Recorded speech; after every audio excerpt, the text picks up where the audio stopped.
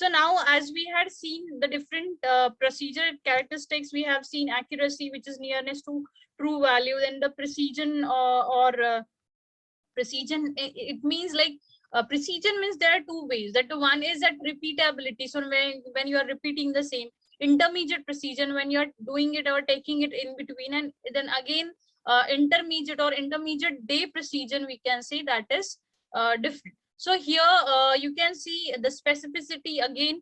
Specificity means your expected value or your analyte should be detected even in presence of other component. That is specificity. That it means that that method should be specific for that analyte. Then the detection limit, that is limit of detection, LOD. It is the limit that the lowest limit, we can say. Sometimes it is measurable, sometimes not, right? Quantitation, it means where you can measure the limit, you can measure the things easily. So that is quantitation limit. Then the linearity means again here comes the range. It means as I have taken 10 to 50 ppm, right? So this is what the range or the linearity. And if I get the proper result, so if I say for 10 ppm I got 0.2 absorbance, for 30 I got 0.6 absorbance, so it is in the linear range, right? So that is the linearity. Then the range, it should be acceptable range, is there or not. And the robustness. Okay, so for different purpose, like as we discussed in the first lecture, where we discussed on the different applications of analytical chemistry, right? So that time we had learned that it is used for identification, it is used for testing of impurities, quantitative as well as limit test, where the limit tests are actually we can say the limit tests are where you'll get the qualitative result, right? Quantitative analysis is not possible in case of the normal limit test. Then the assay, where you will easily get the percent result in the dissolution method and content and potency. So for identification, definitely for accuracy, for identification, we will not able to get exactly the value. So we cannot say it is not identification is there, but definitely accuracy is not measurable here, because you're not able to check its value. Is it really to the true value or not? Then in case of quantitative impurities testing, yes, it's possible to check the quantitative measurement. So accuracy is possible to study in case of quantitative. Again, it's not possible in limit test. Again, in assay, where we will get the results, the dissolution percent pagara. So that time, definitely it's possible to get the value and to study the accuracy, right? Then next come precision. Again, in case of plain identification, definitely not possible. But when you have a quantitative data, when you have a quantitative result, so it's possible. Then limit test, again the precision is not possible, because you are doing it one time and you are just comparing the color or turbidity or opalescence, right, with the standard. So precision is again not possible. That in case of contained potency or dissolution, where you will get the percent result, so definitely you will compare as it is in the range, like as it is in the range of 95% to 100%. So if it is in the scattering way, or you will get 96%, 97%, 98%. So if it is in the range or near to the right value, so definitely that comes to the precision. So when that it's possible in case of dissolution, assay, or content determination. Then intermediate precision is again the same. It's not for identification. Yes, for quantitation it's possible. No, not for limit test. And again, yes, for the assay. Then specificity, where you would like to identify the specific analyte. So in case of identification, definitely you require specificity, but definitely in case of identification as well, where you want to determine or identify that particular component, so specificity is required. Definitely we will not go for any other test, random test, for identifying a particular content. As we know, the specific test for limit test of chloride is there, the specific reagents are there for limit test of chloride. So definitely that specificity is there. In quantitative, again specificity is, we can check. A limit test also, we are using the specific chemical, so this is again yes. And in case of assay, it's also yes. This what we are studying here, we are studying how we will apply these parameters while studying our components, studying our drug product. Understood, everybody? Yes, you're Yes, ma'am. getting me? Okay, so now the next parameter is detection limit. So in case of identification, where simple identification is there, definitely this parameter is not applicable, or not, what we can say, not easily determined here. So it's not applicable here. In case of quantitation, when you are determining the quantity, definitely it is possible. Yes, we can check this parameter. In case of limit test, also we can check the detection limit. So by changing the concentration of different excipients, we can check the detection limit. In case of dissolution or assay, where we are saying detection limit, right? So if it is present in very low concentration, assay means what? You are determining the concentration of product in a given formulation or in a given things, like, so in that case you don't know initially what amount of drug is present there, right? So if in assay, if it is very less, then that time it is quite difficult to get the detection limit, because it's not measurable, right? In case of quantitation, definitely somewhere it's possible, but still again, in case of assay, we don't know initially that what is the limit or what concentration is present. If it is present in a very low concentration, so definitely it would not be easily identifiable. So here again, for identification, it's no. Quantitative testing of impurities, yes, it's possible with the help of HPLC, UV. Then limit test, again, quantitation limit is not possible to calculate, and in case of contained and assay and potency, it's not possible. Then linearity for identification, no. Quantitation, yes. Limit test, no, right? Because here we are just giving one sample or one range. Here we are not preparing 4 to 5 samples of different dilutions. Then in case of assay, yes, in case of assay, the linearity is possible. We can measure it for different concentrations as well. Then range. Again, for identification, no, will not go for this parameter. For quantitation, definitely quantitative analysis will go for the range, as it is in the range or not. For limit test, plain limit test that we perform in our laboratory, no, that range is not possible to study here. In assay, definitely here again, we can check the range, is it in the range or not? So if it is a range, then it is acceptable. And the last one is the robustness, right? So can anybody tell me what is the difference between robustness and ruggedness?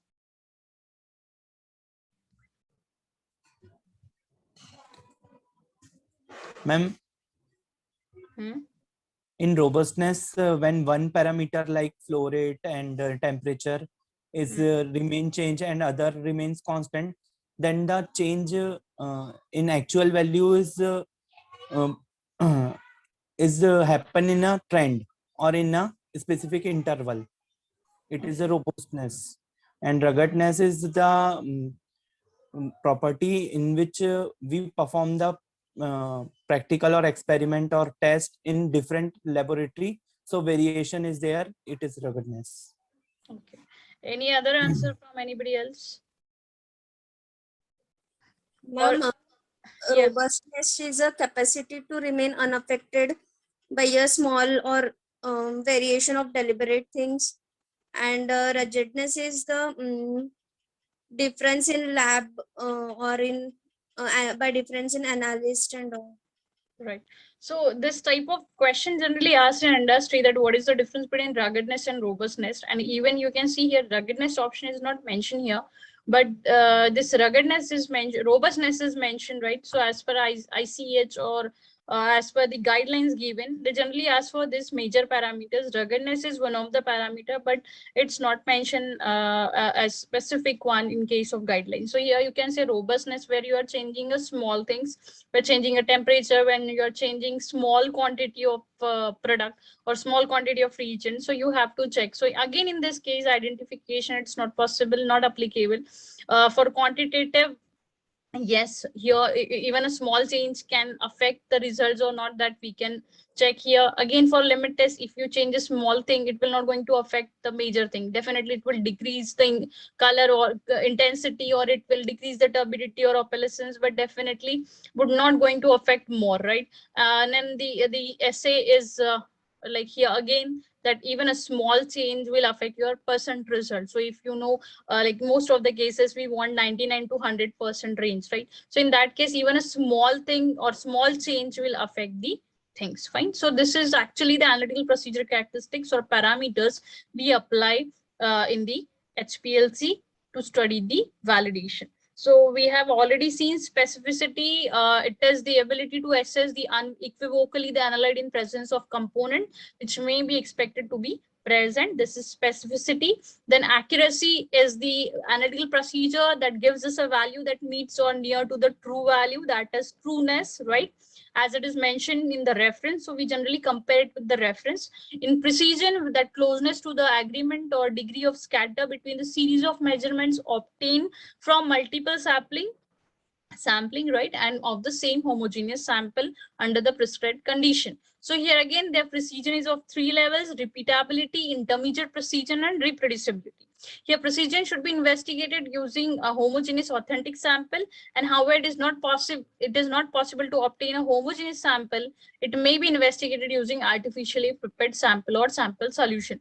So here again, the precision of analytic procedure is usually expressed as a variance, standard deviation, or coefficient of variation in a series of measurement. So again, that repeatability, which is nothing but the one of the type of precision. So it expresses the precision under same operating conditions over a short interval of time, and repeatability is also termed as an intraday precision. So same procedure you are performing intraday, right? And just checking that the results are same or different.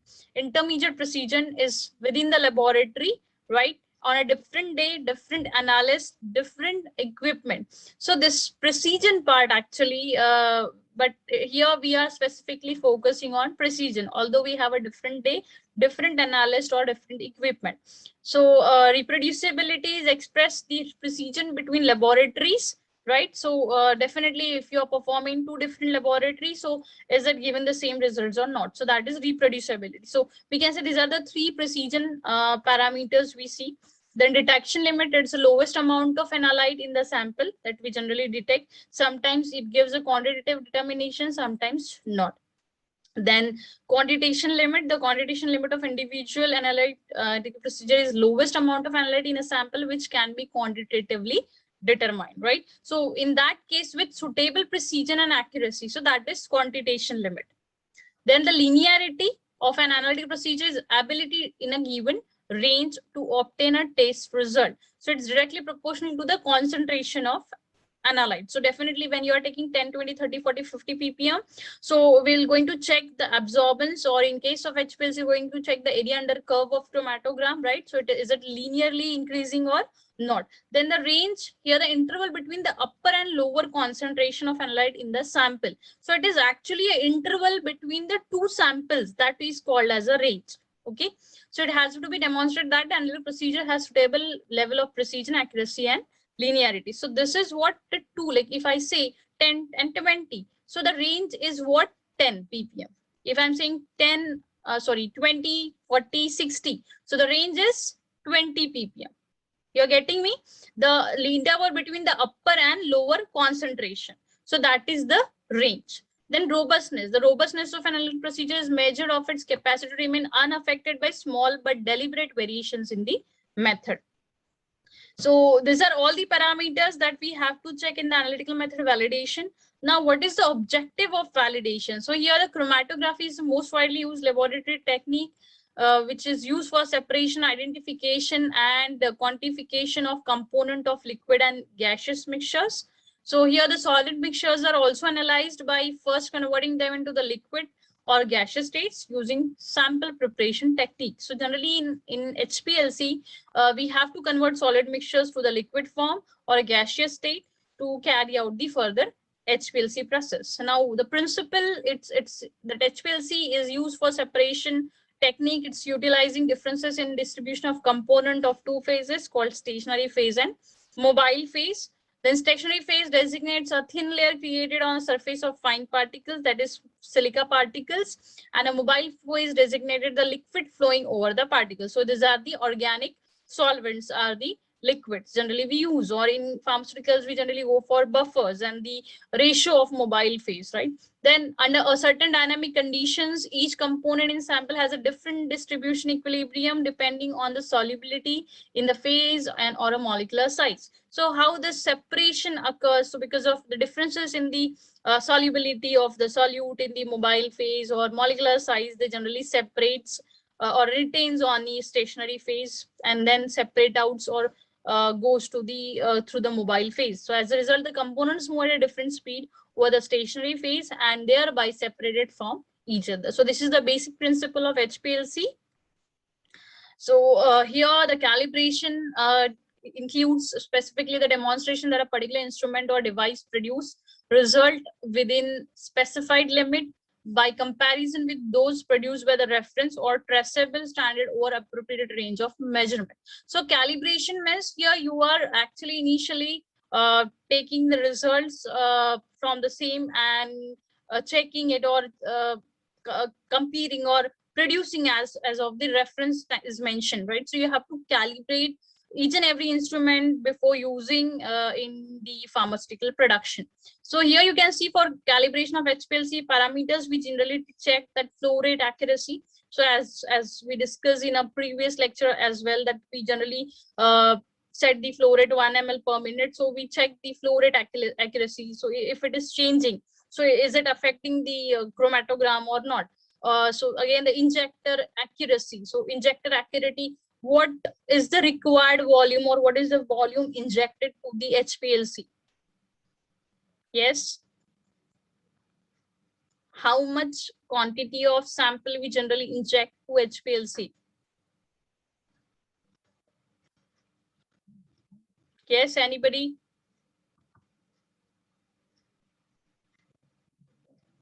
कितना sample inject करते हैं हम लोग? Ma'am, 10 microliter generally. What is the highest limit?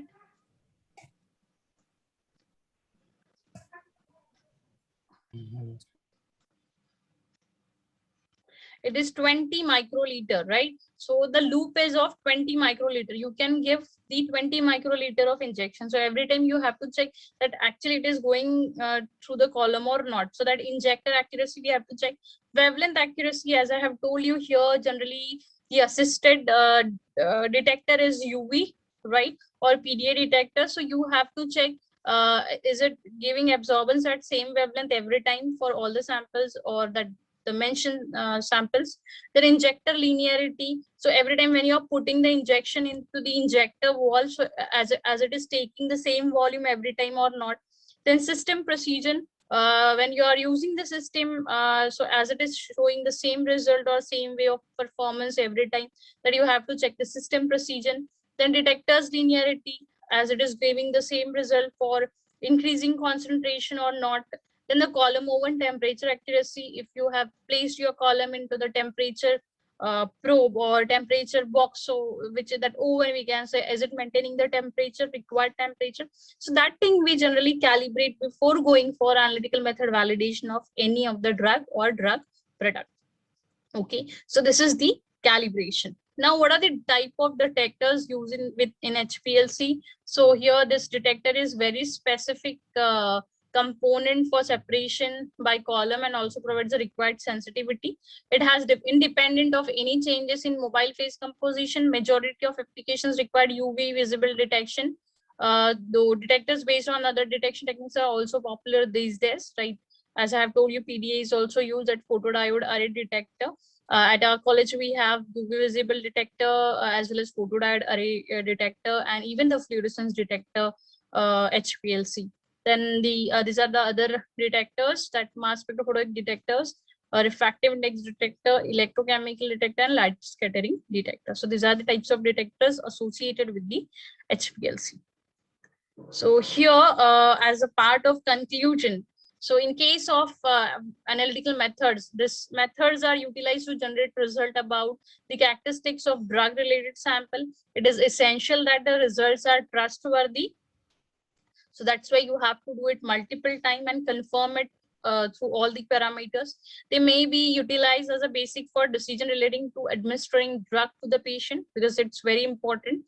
It's as it will directly give us a data for the dose or the drug need to be given to the patient.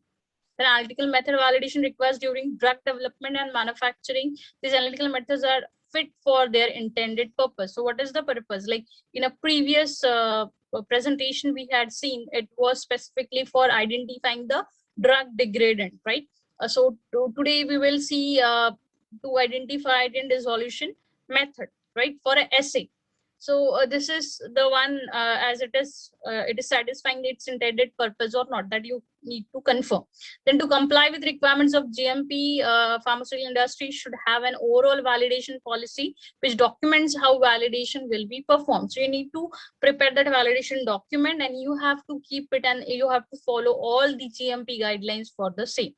Then the purpose was this validation is to show that the processes involved in the development and manufacture of drugs, production, analytical testing can be performed in an effective and reproducible manner. So this is very important, that whatever method you are setting, you are performing, it should be effective and reproducible manner. Then only this particular process we will call it as a validated process or analytical method validation. Right. So these are all the things we can conclude for the analytical method development process.